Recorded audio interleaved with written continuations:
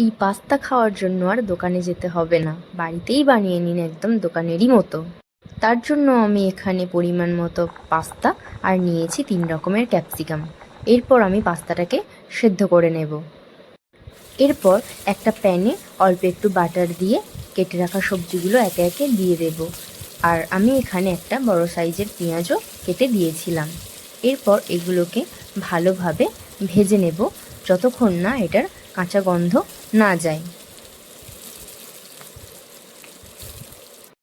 এরপর ওই একই প্যানে আবারও একটু বাটার ও 1 চামচের মতো ময়দা দিয়ে দেব।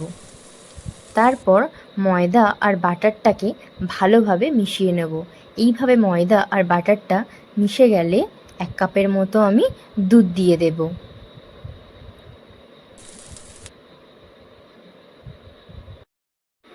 এরপর এটাকে একটু ঘন করে জাল দিয়ে নেব। ঘন হয়ে আসলে এটার মধ্যে 1 চামচ গোলমরিচ গুঁড়ো, 1 চামচ চিলি ফ্লেক্স, 1 চামচ পাস্তা মশলা, একটু চিজ, স্বাদ মতো নুন আর ভেজে রাখা সবজিগুলো দিয়ে কিছুক্ষণ নাড়িয়ে চাড়িয়ে অল্প একটু ফ্রেশ ক্রিম আর সেদ্ধ করে রাখা পাস্তাগুলো দিয়ে দেব।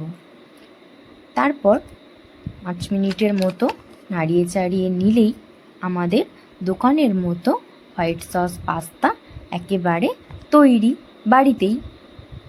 এটা দেখতেও যতটা সুন্দর হয়েছে, খেতেও কিন্তু অসাধারণ।